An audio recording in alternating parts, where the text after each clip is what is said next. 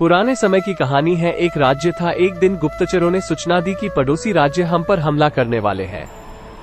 गुप्तचरों ने बताया कि खबर एकदम पक्की है। सिर्फ 3 दिनों के भीतर पड़ोसी राज्य अपने विशाल सेना के साथ हम पर हमला कर देगा और उनकी सेना इतनी बड़ी है कि उनका सामना करना बहुत मुश्किल है। राजा बेहद चिंतित हो गया, परेशान हो गया। राजा ने तुरंत सभा बुलाई और सभी लोगों से सलाह मांगी कि अब हम लोगों का मरना तय है। अगर किसी व्यक्ति के पास कोई सुझाव है तो बता सकता है, कोई स्ट्रेटजी है तो बता सकता है। राजा के चतुर मंत्री ने कहा, अब जब जान पर बात आ गई है तो इसका एकमात्र उपाय है कि हमें आज ही, अभी ही, इसी वक्त ही पड़ोसी राज्य पर हमला कर देना चाहिए।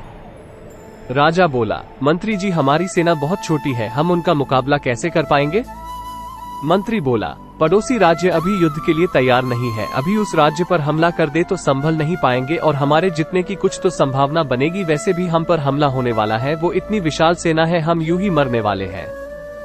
वो वैसे भी हमें 3 दिन बाद मारने वाले हैं, तो क्यों ना कुछ न करने से हम ये कर सकते हैं। राजा को बात थोड़ी अच्छी लग गई। उसने तुरंत अपनी सेना को तैयार होने का आदेश दिया और उस राज्य के नागरिक भी सेना के साथ जुड़कर युद्ध में चले गए। पड़ोसी राज्य जो था, वहां तक पहुंचने से पहले एक पुल पार करना होता था। एक पुल था, तो जैसे ही वो सेना पुल पार करके उस राज्य में घुस गए तो राजा ने कहा, हम अपने पड़ोसी राज्य में घुस चुके हैं। ये जो पुल है, इस पुल को जला दो। और जलाने के बाद सेना को बोल दिया, हमारे पास में अब और कोई ऑप्शन नहीं सिवाय लड़ने के। अब हम या तो लड़के जीत ले या फिर हम यहाँ पर मर जाए।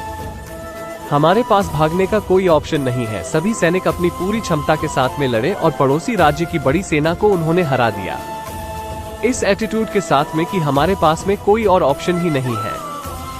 इस कहानी का मैसेज है, जब आपके पास में प्लान बी नहीं होता है, आपके पास में सिर्फ प्लान आ होता है, तब उसके पूरे होने की संभावना बहुत अधिक होती है। जब आपके पास में रास्ता सिर्फ एक होता है कि ये अगर नहीं किया तो मर जाएंगे, बर्बाद हो जाएंगे, तो संभावना बढ़ जाती है उसमें कामयाब होने की।